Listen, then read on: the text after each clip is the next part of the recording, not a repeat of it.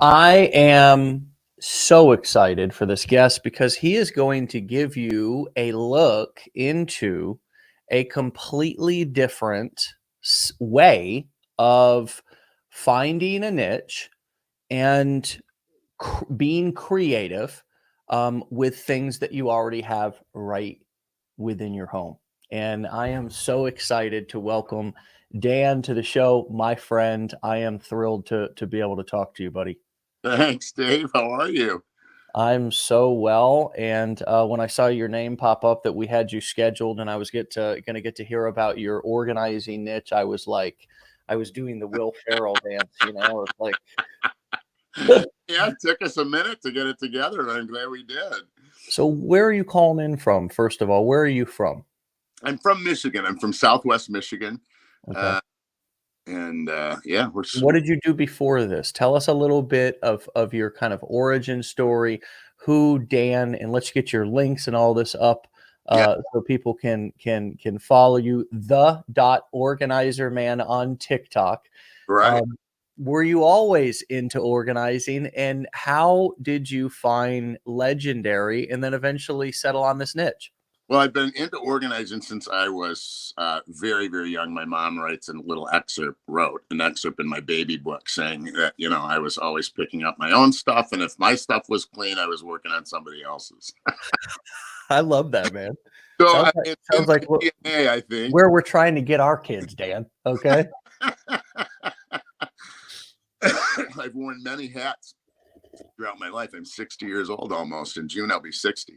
So I've spent tons of time in the service industry, the mental health and wellness industry. I'm a certified life coach.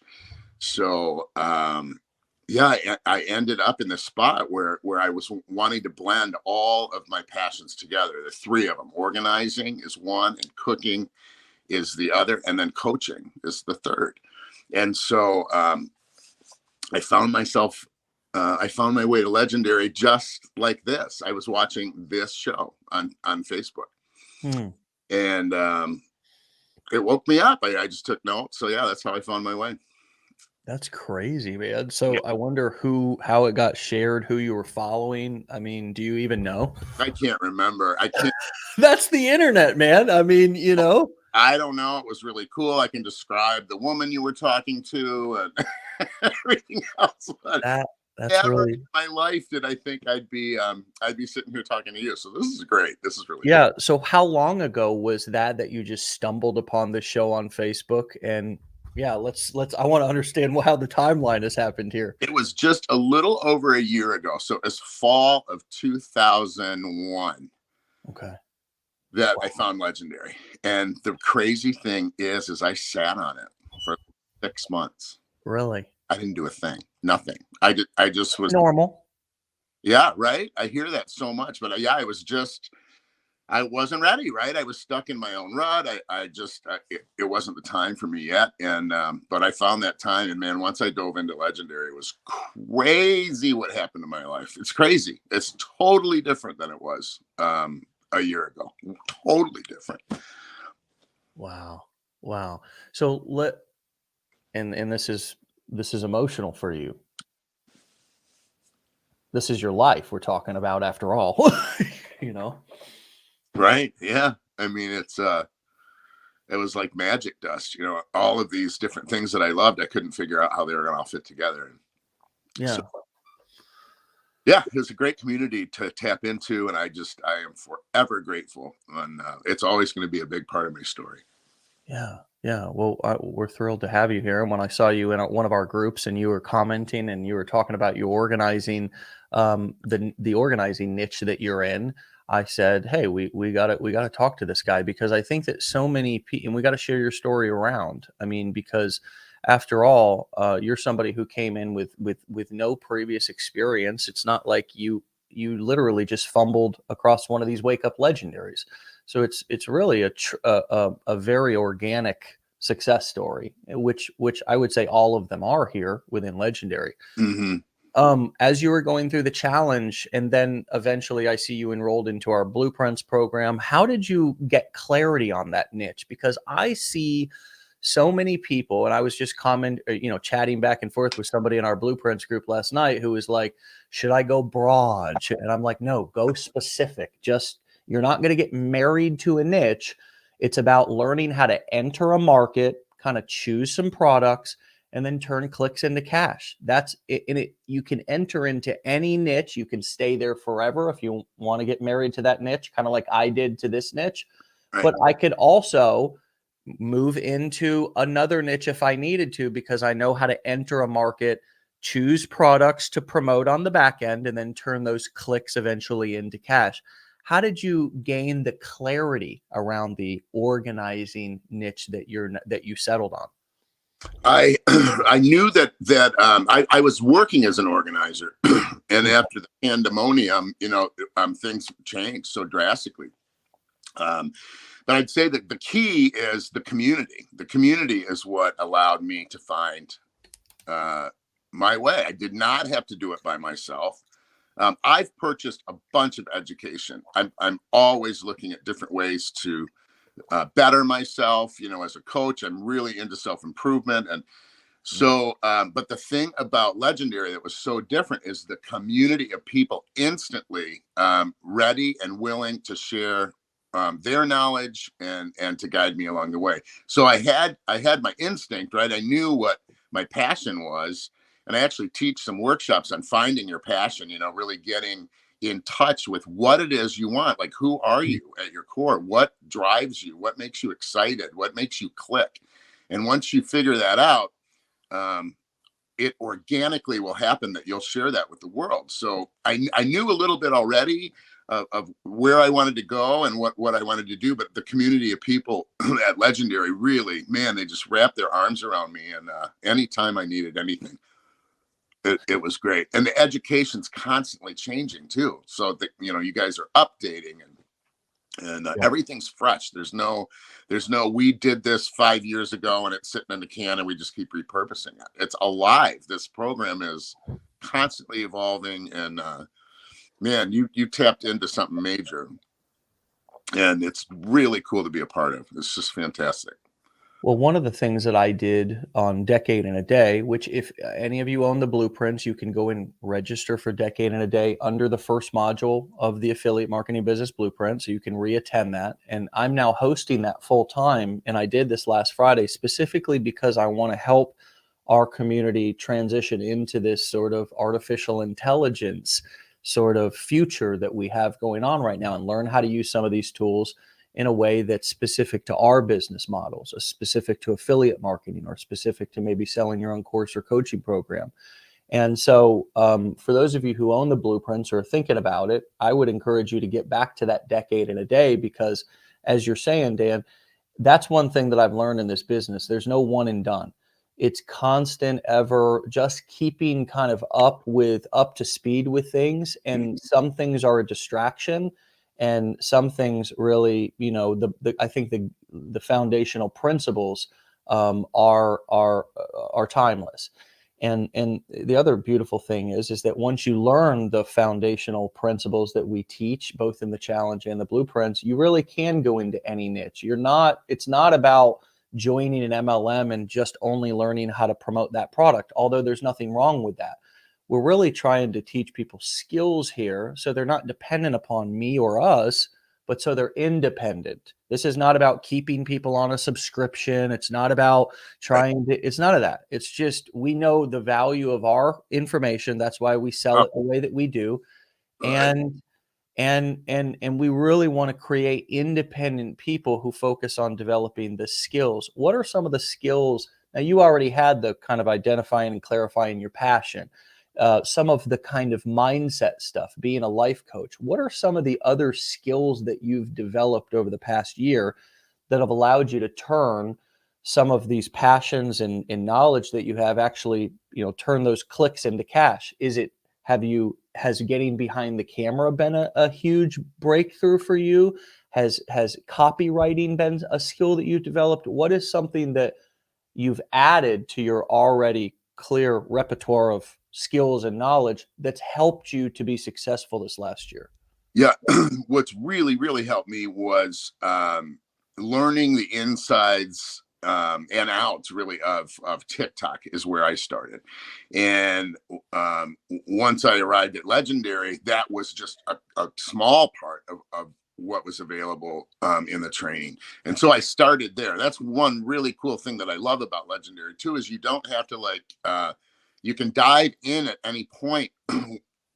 When you get the education, it's not like we have to show up this day and you have to go through this. I mean, the 15-day challenge is set up like that, but the rest, man, you can do it whatever way you want, in any way you want. So the education about TikTok, and then kind of diving in and getting some confidence. I gained a confidence that I hadn't had before, and it grew, right. The more I tapped in, and the more I got comfortable in front of the camera, the more I was able to hone, my skills and tighten things up a little bit. You just get better and better and better at it.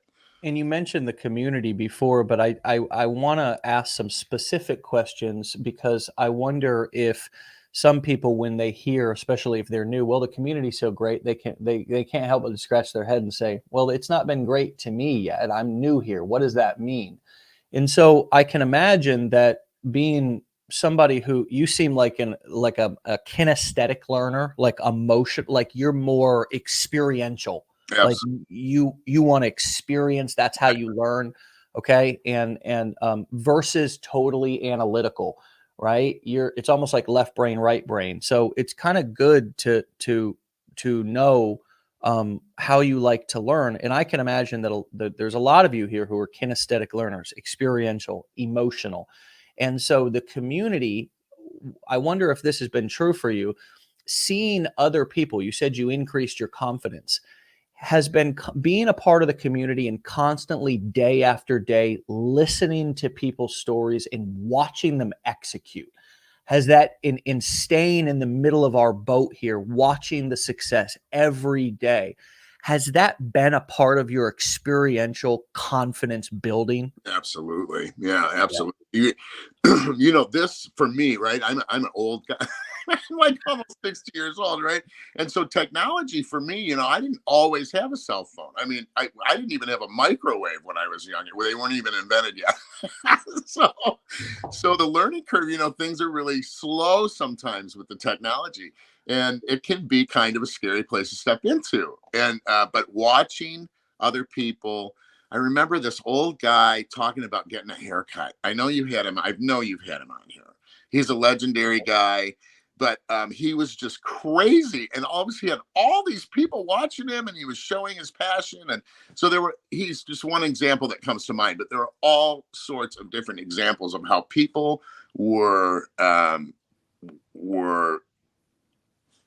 living their life's purpose, and they had a roadmap to follow to actualize that, to really Right. to really make it happen, and to present themselves. You don't have to be on the camera, right? There's so many different ways with Legendary that you can create a different life for yourself. Not completely different, a life that that blends in with your passions, right? It's just the perfect marriage of you're passionate about stuff, and maybe you're not. Maybe you need to find your passions. But man, the education and passion, man, if you can blend those two things together, it's like, wow, really cool. So what are some of the tips that you have? I know that you said you have a class and sort of some specific teaching around people Right. finding their passion or clarifying their passion. Right. What are some quick tips that you could give some people that are maybe more specific to this? They're coming in, they're trying to pick a niche, they're trying to decide, should I just go, do I have to be passionate about it? But let's start with just kind of some basic tips about identifying what you're passionate about, and apply it to this business if you can. Sure. One of the exercises I love to lead is a visualization exercise, and I guide people through it. And it's going back to your childhood, right? We all, as kids, had clear things we were passionate about, and adults pointed out, oh my God, he loves this and this, or she's so good at this, or we can't stop him from doing this. So we all had things that we were passionate about, and we were tapped into our life purpose as kids. But as we grow up, as we get embarrassed, we get, we get into life, and as adults, man, most people have no clue what they even like anymore, Yeah.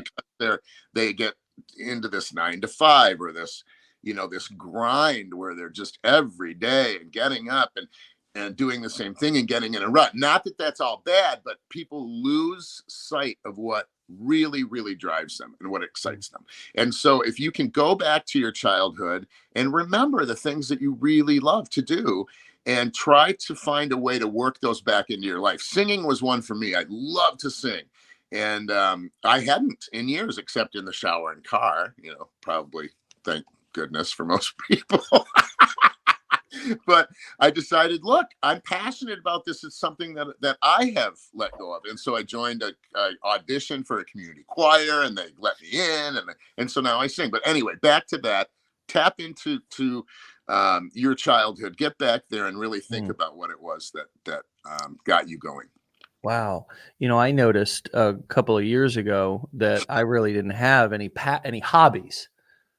I was just working and raising my family. That's Right. all I was doing. And over the past couple of years, I've integrated or reintegrated back in fishing, and I love watches as well. I love wristwatches. That's kind of a hobby, a passion of mine. I don't share it like super publicly because it's kind of a personal thing for me. You know what I mean? And they're pretty expensive pieces, some of them. So I don't like to, kind of go out there and put them all over the internet. I don't know. I've gotten a little more private as I've gotten a little older. I got little kids. You know what I mean? So I can't just think about myself. But it's really been amazing to have clarity over the last couple of years. And I said this to my wife, I think a couple of days ago. I said, this is what I work, I have family. These are my hobbies, right? I know what I was doing. I was reorganizing my phone screen. That's what I was doing. And I was putting all my work stuff on the things that I use for work on the front page. Oh, wow. Right. And then I was putting my social media, financial, and hobbies on the second page. That's fishing and watch stuff. And then third page is just, bullshit. And I'll put it in a folder. But I was like, oh my God, I have hobbies. That's my point. And I could remember a time for many years that like I wasn't tapped into what I like. And my business started to become a grind, and it started to feel like a job. And so whether you kind of tap into your passions because you want to make sure that you have balance in your life, or whether you tap into your passions because you do want to enter into that niche, I think it's a great idea to be in touch with those. Absolutely. It feels so good to get back in touch with what makes you happy and what makes you. We all have that thing, right? And it gets clouded. So yeah, get back in touch with that and have fun, man. It's life is so much fun. There's so much stuff out there to do and see and learn, and ruts happen, man. You just talked about one. I mean, you've built an amazing community. I wanted to say like a product. It's not even that. It's just this whole like, right? I don't know even how to describe it, but what you've created. But yeah, I mean, that too for you can just turn into this grind. And it's interesting to hear even you say like, yeah, I was like working so much and losing sight of what interests me. And so that's great. And if you ever want to fish, I live on 3 lakes. You're always welcome to come to Michigan. In Michigan, yeah, fresh. That's a very different scene for me, dude. I mean, because I'm only saltwater fishing down here. Oh, right. I mean? Yeah. Well, we'll have to rinse some of that salt off you someday. I know, man. I mean, it's that salt will eat you the bone, baby. It will. So you got emotional earlier, and you said your life has changed over the past year. Can you say more about specifically how? Yeah, I can. So I started making content, and one of my TikTok videos blew up. I got 5.6 million views, I think it has now. And then quite a few after that went went pretty wild. And what ended up happening was I was contacted by Amazon and given one of their first 20 slots in the organization and storage area as a influencer. And so it's not an affiliate, an influencer. I film videos and upload them to my storefront on Amazon. So I was given that opportunity, which is, it was a step in a direction that I never could have imagined. I teach an instant pot cooking class for the senior citizens in my community. And I give organization workshops at the library. I was contacted by Cadre. It's a new health and wellness app startup, CADRE.io, and offered a position as a content creator for them as a coach. So shortly after I did that, they contacted me and said, we want to bring you on as part of our core team and bring you on board as the Cadre founding group of creators, which just, man, it's just crazy. Wow. That's really, really been cool. And God, I mean, so much is different. And I've created, I don't have to leave my house. I can do all of it. I mean, I love to leave my house. I don't want to be sudden, but I work with my dog, and I cook and I film, and it's just the coolest life. I never thought that I'd step into this life. I just really didn't. And so yeah, I've got all sorts of things going on. I'm really, really busy, which is great. I'm doing things that I'm passionate about. I'm working for Amazon. I'm coaching and giving classes to the people in my community. And I've never, ever been happier. And that's why I get emotional, because, I'm at a point in my life where I thought I'd be slowing down. I thought I'd be, like, oh man, I'm getting to be 60. I should retirement kick in, and I should probably get on Medicaid, and I mean all that blah. I can hear it, right? I can hear those voices coming after me. I'm like, no. And I really do feel like my life, I mean, it sounds so cheesy, but I feel like it's just beginning. I really do. I feel like I'm just now stepping into a spot where I've always belonged. So that's why I get emotional, because it's overwhelming. It's and none of this would have happened without Legendary. It was the missing piece for me. It was. Yeah, man. I mean, it's easy to understand why you would be emotional over such change. I mean, in how many people in their 50s, in their 60s? I mean, I can't say that I'm 39. So I'm not having those feelings right now, those thoughts. But I wonder how many people who are watching the show are. That it's like, pulling up on that 60, time to turn my license in, time to turn everything in, life's over basically. And it's, that's pretty much some of the morbid thoughts that some of us have. I mean, we can sometimes catastrophize and go to worst case scenario. And what you've discovered is that, that sometimes what we project and even our best thinking is not always that great. And I got to remind myself of that all the time too. That's one of the reasons why it's important for me to stay plugged in to the things that I do. I mean, at very first, it was me plugging into 12-step programs and getting clean in 2008. And then it's been me plugging into different entrepreneur communities and recovery communities to and I just joked with this last night with my chef. My wife and I hired a chef last year. So one of the things another one, I'll give you my number. Yeah, I mean, I would love to have a meal cook for you by you one day. But I said to my chef last night, she was saying, she was in her head. She said, "How was your day?" We were like, "Great." And they were like, how was yours? And she said, "Well, I was in my head today," or whatever. And we don't go into super personal details. She's so respectful and wonderful. But I joked and I said, "Well, I got it's a bad neighborhood up there on these shoulders. I try not to go in there alone personally, And it just is a reminder, right, that our best thinking sometimes is not even at the tip of our potential or at the tip of what's possible. It's true. That's a great reminder. Yeah. Yeah. And where did that come from? Where did those thoughts come from? They came from somebody else. They came from other people, us just listening and believing. And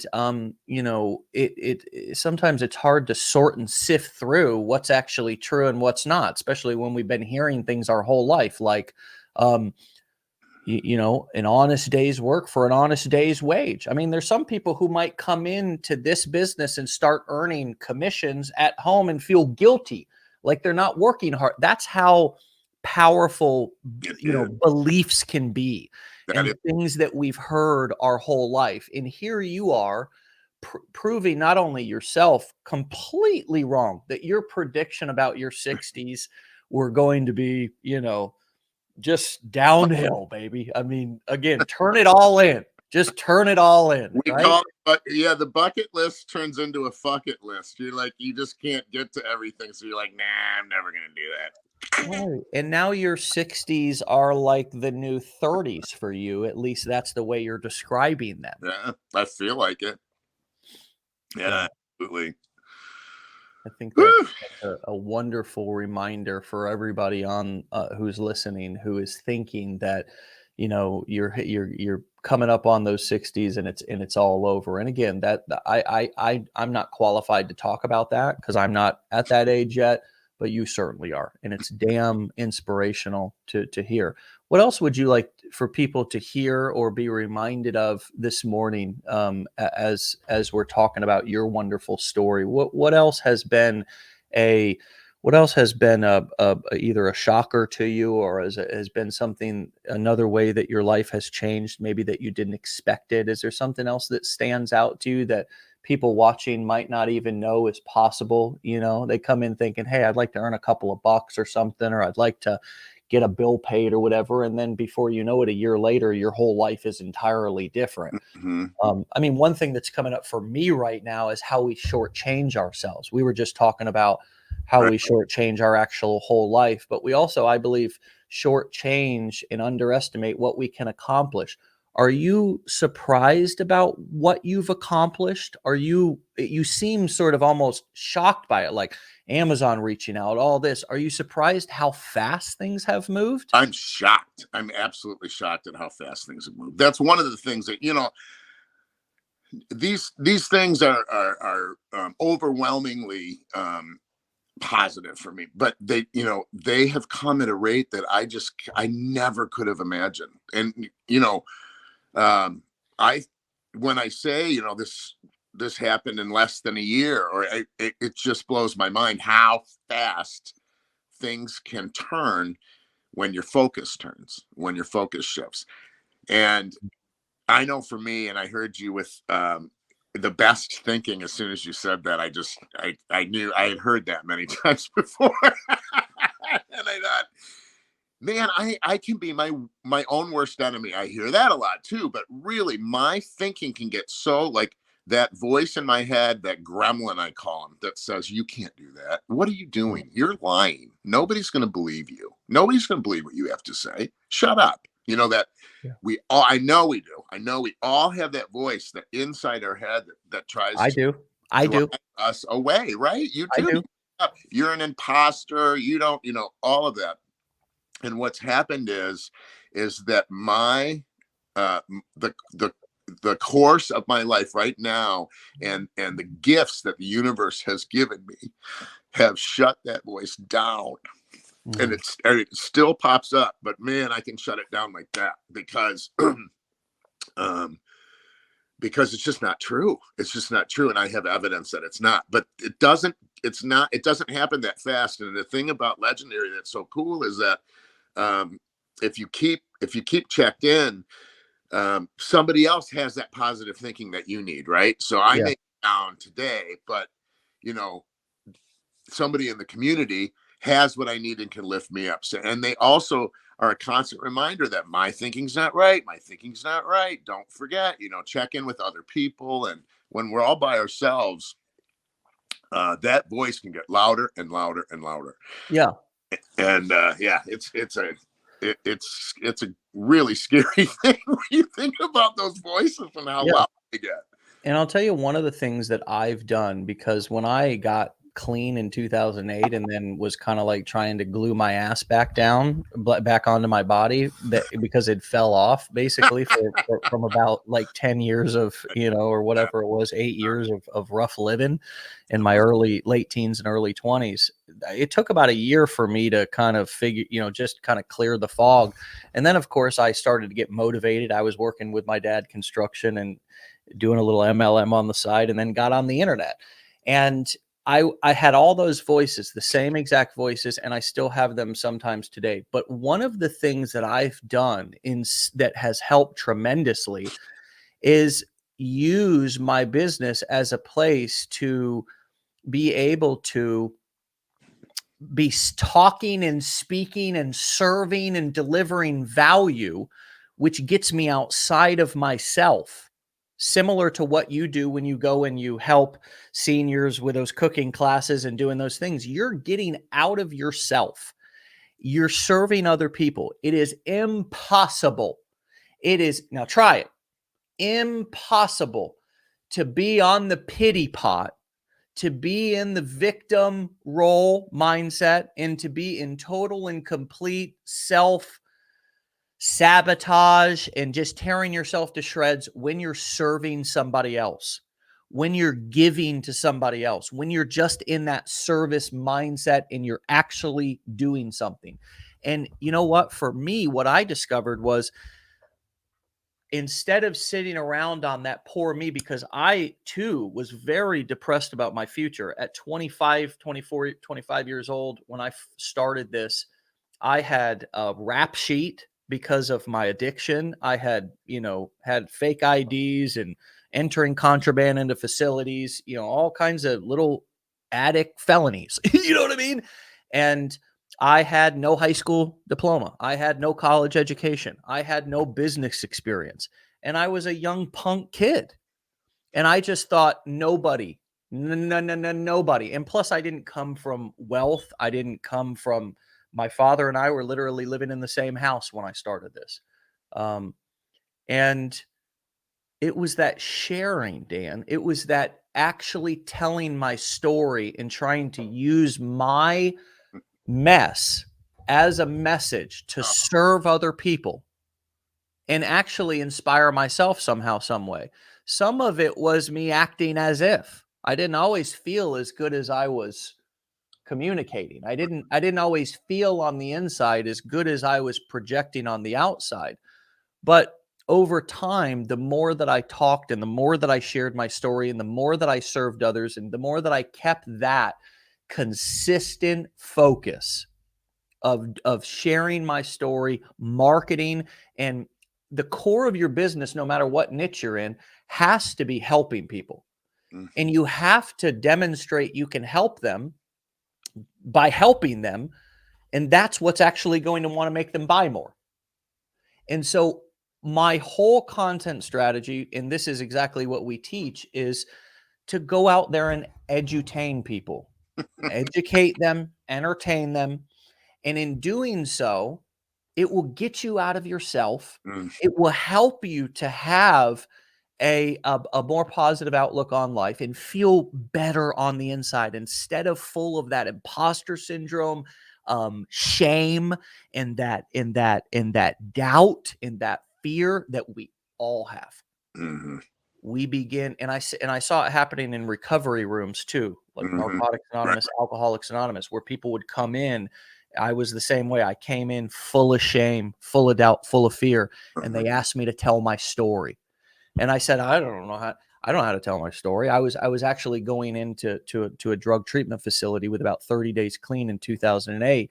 And he said, my buddy Scott said, well, you're sharing your story tonight. I said, I don't have a story. I just got clean. He said, yes, you do. I said, I wouldn't know how to tell it. He said, what it was like, what happened, and what it's like now. Get your ass in there. You're telling the story. Yeah, right. And you know what? That was the beginning of me getting outside of myself. And I've stayed clean for 14 years because I have focused on that, carrying that message. And I believe that entrepreneurship and marketing is the same way, especially for us solopreneurs who are doing it on our own. It really is about getting outside of yourself. And when you do that, not only simultaneously will you grow your business, because that's exactly what attracts people and makes them want to buy more and kind of follow you, but simultaneously your mental health and your view of yourself will evolve. That's been my experience. It sounds like it's your experience too, Dan. Absolutely. Absolutely. Yeah, it is our it's our stories that connect us. It's I have a friend who says, I just can't get close to people until they show me they're vulnerable, right? Mm. Like when we drop down all that bullshit, all the little wall we put up to make everybody think we're this or that, when you really drop it down, when I Yeah. talked about getting in touch with what you're passionate about, dropping down the screen and letting people see who you really are, man, people are always going to accept that and connect with it. Yeah. And Brene Brown wrote a great book Uh, about this. It's called Daring Greatly. oh yes. And, if any of you are feeling like, yes, it is true for children of alcoholics. I am that as well, Julie. Many of us have a lot of things, Julie, in our life, and the rest of you who are, like I could not figure out a lot of my stuff and how to kind of transform it. I had been in treatment, I had been in recovery programs and stuff like that. And for me, it really took like entrepreneurship really changed my life because it allowed me to connect with people. Like for me in recovery rooms and stuff, it was difficult to find really driven, motivated people. It was a lot of people who were just holding on, trying to stay sober. And so when I got into entrepreneurship and I got into this whole world, I found not only people who were taking good care of themselves, but they had also developed skills and were motivated and all this. So entrepreneurship in a way really saved my life Mhm. because it really gave me a purpose and a platform to be myself out in a public domain. It gave me a way to be able to share my story and release some of the shame from it. We all carry around this big blanket of shame, I feel like, attached to the mistakes and the failures in our life. And that's part of the image management that you were just describing Right. that we all try to hide. Image And like that. and what entrepreneurship and marketing has done for me is it's allowed me to share little bits of myself with the world, with strangers who, believe it or not, can oftentimes be easier to share things than with your personal Right. friends and Yeah. family. Okay. So while you're getting negative comments out there, also remember that these people, you're never going to see them again, most likely. So just learn to take the feedback, learn to take the comments, take the meat, leave the bones, and don't take it personal. But focus on sharing little bits and pieces of yourself and getting more comfortable doing it, getting more comfortable telling stories. Because what entrepreneurship has been in online marketing for me is a wonderful testing grounds to where, you know what, if I really put up something and I absolutely hate it and it's causing me pain, I can always just take it down. But it's a beautiful testing grounds for me to test, Mhm. a story here or getting vulnerable there, sort of like Brene Brown talks about. And if any of you, particularly guys, but also ladies, if you're feeling like you're having a difficult time letting down those walls, like you're having a difficult time being honest, like you're having a difficult time getting in touch, then I would point you to Brene Brown. She is a wonderful, wonderful, wonderful teacher around the topic of vulnerability and specifically how much more powerful of a leader you can become when you're vulnerable and vulnerable in the workplace, which was for many decades. You talk about old school, Mhm. not something that was like people did. I mean, men didn't even go to the doctors, at least my Right. grandfathers didn't. Right. Right. And so now, life is all about connection, particularly because we're on the internet. And the one thing that bonds us is emotion and vulnerability. Otherwise, we're just staring at a screen, Right. right? So that's why it's so important on the internet is to learn how to be vulnerable because it's a it's a tool. It really is. Being vulnerable is a tool to both build your own confidence and accept yourself, but it's also a tool to connect more deeply and build trust and rapport with other people. Do you agree, Dan? Absolutely. Yeah, absolutely. One of the things I remember on TikTok that I remember they were blowing up, because I studied TikTok real closely, is that these story time, right? Story time. And they all had like all these views, and people were following them so they could hear the next part of the story. But people connect with your story. They want to hear about you. They want to hear who you are. They don't want to hear a laundry list of fluff and, whitewashed bullshit. People want to hear who you really are. It's um I love the thought of how vulnerability really does connect us. And when we were talking about Brene, I'm very visual, and I pictured the arena, right? Like, when you're in the arena, people, you don't you don't get to throw mud at people if you're not down there in the arena doing your thing too, right? So those voices from the crowd, I mean, there's something about her, man. Her message is so cool. But the whole deal about vulnerability and being in the arena and out there in the trenches, doing what it takes. And those people up in the bleachers don't get to tell you that you're not doing a good job, because they're Exactly. not doing anything. Yeah. And those Yeah. are the people that are the loudest. Of course. The people that aren't doing anything want to tell you that you can't do anything either. Yeah. Yeah. We're talking about Brene Brown. It's BR Brene Right. Yeah. Brene, not Rene, Brene Brown. I think it's spelled like Rene, but with a B added to the front. You're right, though. And we give the negative voices, the one comment or the one commenter who's just toxic. We give that, so much credit, because I think it's just human nature that we don't hear the positive feedback as loudly as we hear the negative feedback. Right. And so that's a difficult thing to deal with on the internet. And it's also now part of also something that boosts your algorithm and that can help your business. It's sort of like any sort of press is good press, right? So it's that's why I think it's important, and it was for me, to tell my story and figure out who I was, right? Figure out who I was through my marketing and how I chose to be more personal. Everybody doesn't have to be as personal or as vulnerable as I have been. I Right. have chosen, and by the way, folks, as I've talked about my addictions and my past life struggles, I've also been doing a lot of work along the way, both recovery work, therapy work, all these kind of things. So I make sure that I don't use my audience as kind of my, emotional punching bag, or I'm just kind of, you know, I'm also processing things and trying to grow Hmm.